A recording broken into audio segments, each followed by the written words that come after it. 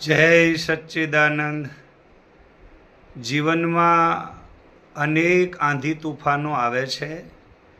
આ આંધી તૂફાનોની અંતર્ગત આપણે બધાએ ખૂબ સહન કરવું પડતું હોય છે.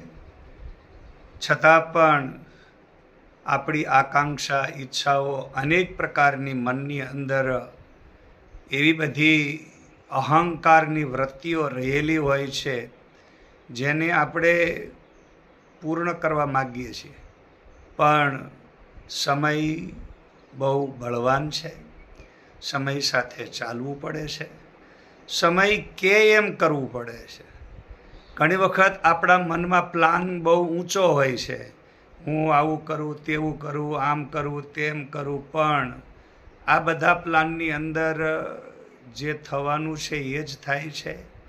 આપણે